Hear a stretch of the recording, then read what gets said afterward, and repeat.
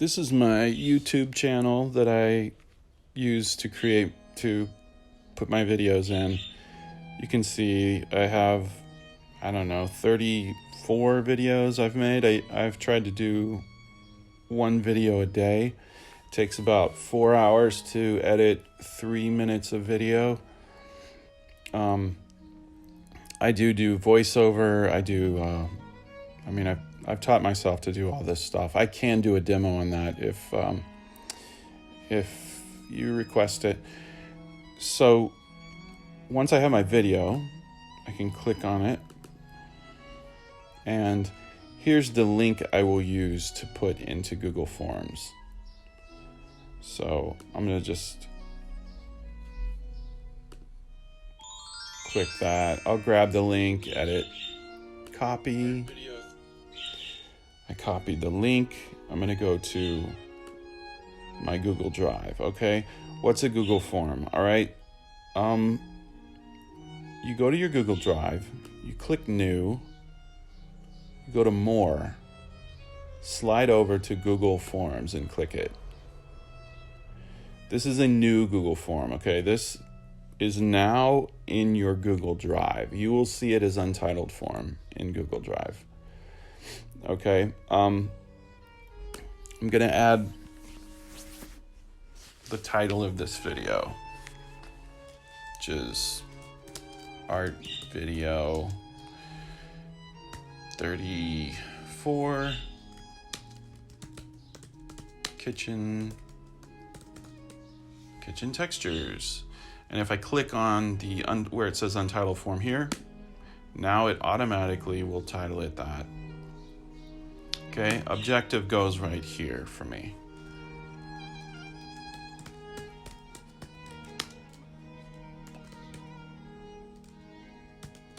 Artists will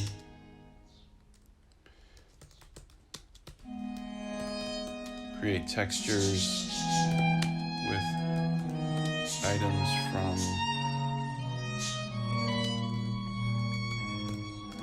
the kitchen. Okay, now if I want to put my video in here, I'm going to go over to this side. We have add a question, import questions, add title and description, add image, add video, and add section. I'm going to add video. So remember, I have that link.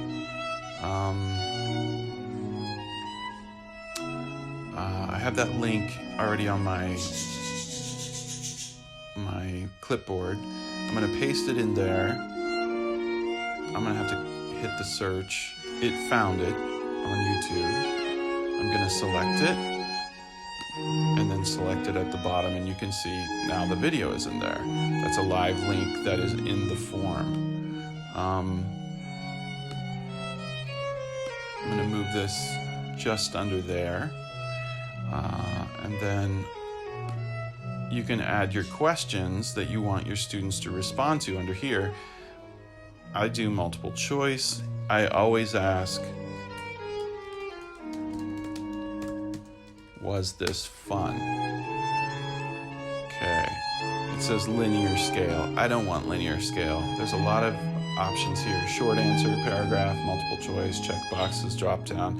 You can explore all of this, but I mostly do paragraph or multiple choice. That's what I do for myself. All right, option 1. You click on the picture. Remember, your question was this fun?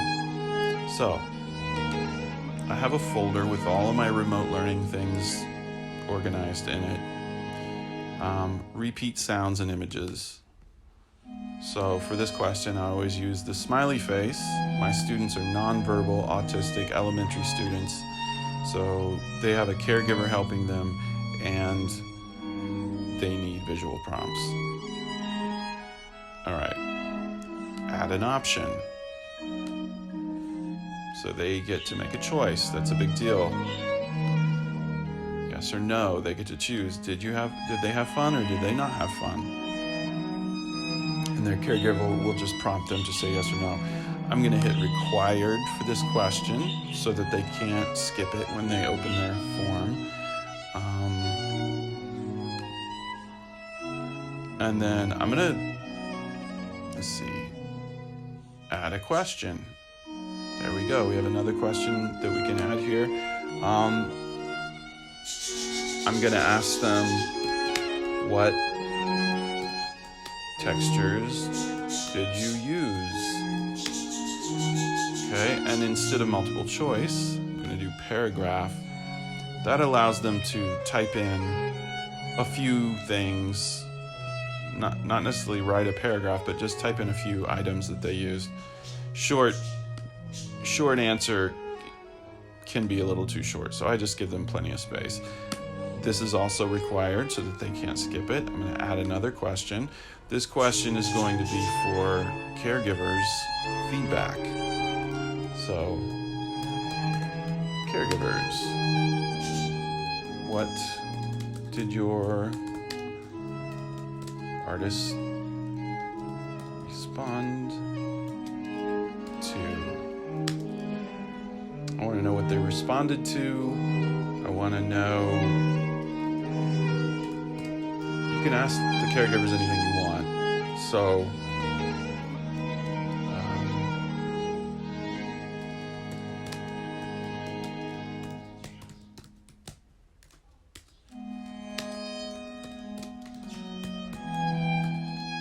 I'm going to ask them a few questions. Caregivers, what did your artist respond to? Positively to. What was difficult? What do you want more of? Okay. This is also required. Now, we're going to set this form up a little bit. We're going to give it some little punch. So I go to the palette. I'm going to choose an image to go to the top. At the top, you can choose any of these given options. I don't choose those. I'm actually going to upload my own. So I'm going to go to this folder specifically for the video I made for this. I'm going to drop in that background.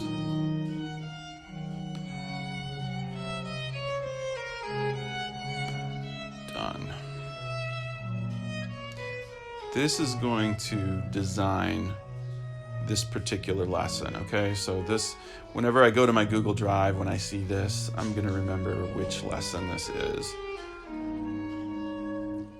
Because it's a visual cue and I'm a visual person, and it helps me, and I think it'll help the parents too. Okay, then we're going to set up, close that. We're gonna go to settings, and these three categories allow us to set up specific things. For example, collect email addresses. That way, when I go to responses, it'll show me the email addresses which have the student's name in them, so that I can get an overview or a bird's eye view of who did what, and I know who I'm looking at because I recognize the name in the I'll show you more on that in a minute. Okay, so collect email addresses, restrict it to New York City Department of Education, limit to one response. I could save this, but I have two more things to do. I need to go to presentation. I don't really need to show progress bar. If you have a bunch of questions, like say 15 questions, it might be nice to show progress bar because then your students can see how they're progressing. Shuffle question order. I mean, not really worried about people cheating. Okay, confirmation message. This is on texture, so whenever they finish and complete their assignment and they turn it in, they'll get this little prompt that says, great work creating textures. Great work creating textures. And then I'm going to go to quizzes. Yes, I want to make this a quiz. That allows me to collect the grade and information and check the work under grade. Immediately after each submission, turning on locked mode allows you to lock it. Like if the student is working on this particular assignment, it'll lock them into this screen, and they won't be able to go to games or other things until they're done doing the work. It helps with distraction. I don't need to do that because their caregivers are helping them. Immediately after each submission, later after manual review, that's your choice. I leave immediately. Respondents can see missed questions, correct answers, and point values. Yes for point values. These don't matter. I leave them checked. I could uncheck them, but I don't. Okay, so I'm going to save that. Now, I now have this in my Google Drive. There it is. Okay, that can now be used in the classroom. So I can go to my first classroom. I personally have 1, 2, 3, 4, 5, 6, 7, 8 classes. Each class has 8 to 12 students. Like I said, they're all autistic nonverbal students. So this one, say for example, I'm going to post this as a new assignment.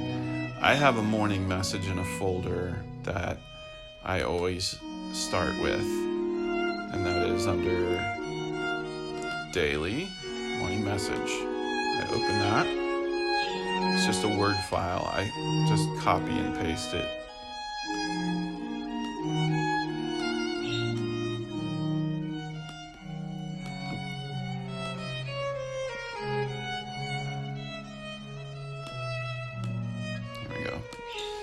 Paste. So there it is. Now it says Art Video 11. I'm actually doing Art Video 34, and it's not straight lines, it's kitchen textures, so I changed that.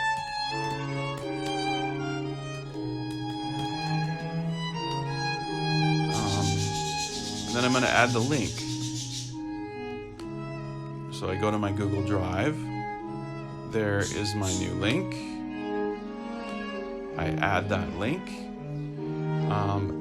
Now this goes to all 8 classes. If I had made multiple forms,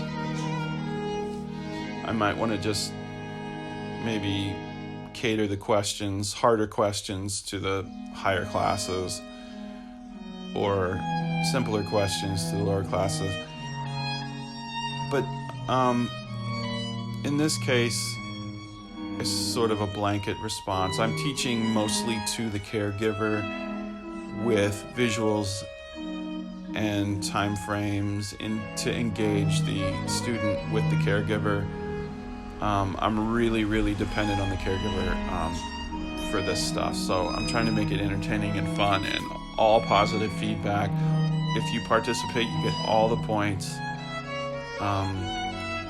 Okay, so this would then get posted, and that would be in the classroom feed.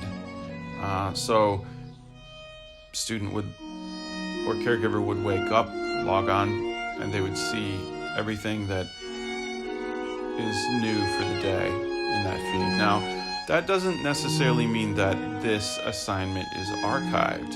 In order to archive the lesson into my classroom, the art room, exists within each classroom. For example, you have stream, classwork, people, grades. I go to classwork.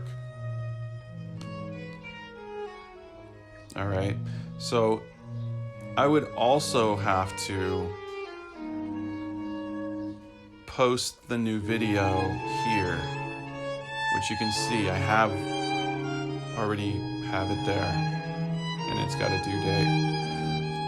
In order to post that, I would go to create assignment, and then I would put my title in there. I could just go to my Google Drive to grab that title.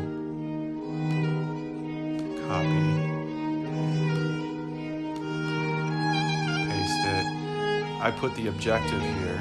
Again, the objective is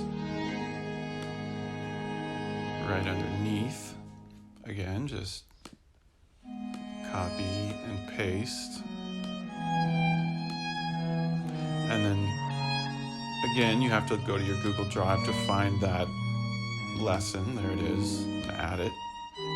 Okay, and then again, I wanted to go to every single classroom.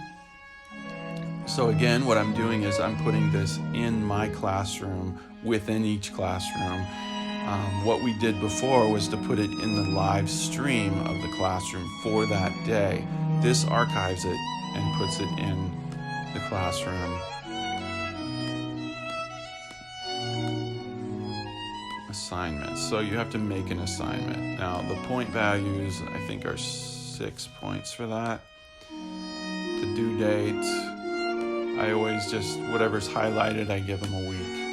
And it's not that it's due in a week, it's mainly I want it to show up in the feed again as a reminder for those people that haven't done the assignment. I'm trying to get more reminders out there for people who have not participated. Right now I'm getting about 50% participation. We have 40 students. I'm getting about an average of 18 to 20. Okay, so due date and then topic. In order for it to be archived under art, I'm going to have to put the topic as art. I don't have a rubric here. Then I would just hit assign. I'm not going to do it because I already have it in there. I'm just showing you how to do it. So once I hit assign, it would go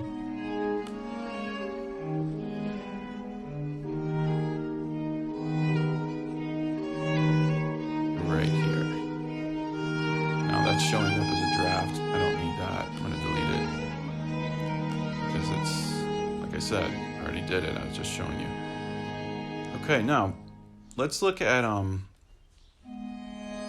let's go to the classroom and see how this shows up. How do we collect the information? We go to grades, okay?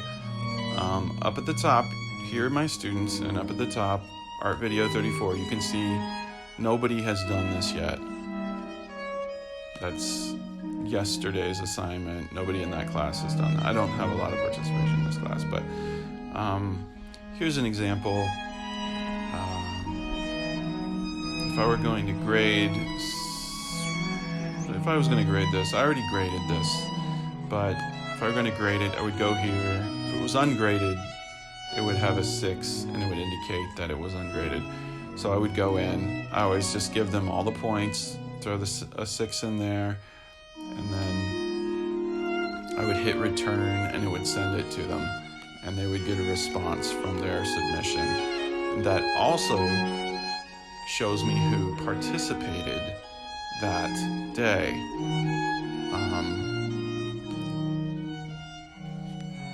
And the way that I determine that is I would go to this lesson in the morning, the next day. I would go to responses. Let me show you one I do have responses on. Okay, let's go to this one. All right, responses. I have 5 responses, all right? So this shows me all the students that responded and what date they responded on. So if I'm taking attendance for today, it's the 2nd, I would want to see responses that said the 1st from yesterday. And then I write that on a piece of paper, and then student attendance. The way I do this, the way I do my attendance is like, I'll change the date, 6/1/2020 art attendance. I'll put all the names of the people that participated. Then I take a screenshot and I date it,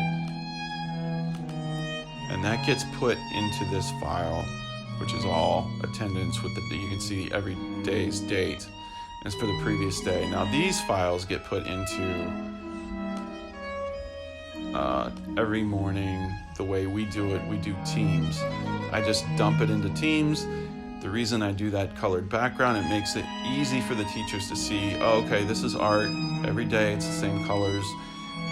It's fairly big, it's an image. They can just give attendance for those students that are participating in art and maybe didn't participate with them, so they'll still get their attendance. Okay, and then I keep it as evidence. Now the great thing about Google Forms is that it keeps track of grades.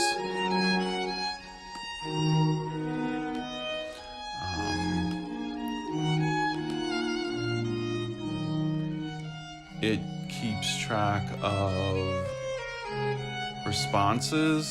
I have really funny responses, like I just said, how did your artist react to this video? That was the feedback part. Somebody laughed, gave some emojis. They said they laughed. David was laughing. She laughed the whole time. Now, nobody can see each other's responses. These are responses that are only I see in a grouping. So any patterns, I know, like, oh wow, they really enjoyed this one because everybody laughed, or they said they loved it, or it was cool or something. So I'm like, okay, we're gonna do more of that. People need to laugh right now, so that's what we're gonna do. All right, so then we get, I can go back a couple of days, say somebody didn't participate on yesterday's assignment or the day before. I can go all the way back to video 31, or I can go all the way back to video 25. I'll usually go back as far as 5 days to see, if I got responses, trickling in responses from the last couple of days. And I usually get like maybe 4 people will have done the assignment the day that I post it, and then like when I go back and check when I'm taking attendance, I'll have like maybe another 4 people or 5 people that did prior assignments for that day of attendance. And then that's why I have to write it on a piece of paper and then do my attendance the way I do it, because it's sort of not everybody's doing the assignment by the day for the day, and I'm not holding people accountable to particular assignments and due dates the way that we would if we were in the regular classroom, because this is not exactly the time to do that. Okay, I hope this was helpful.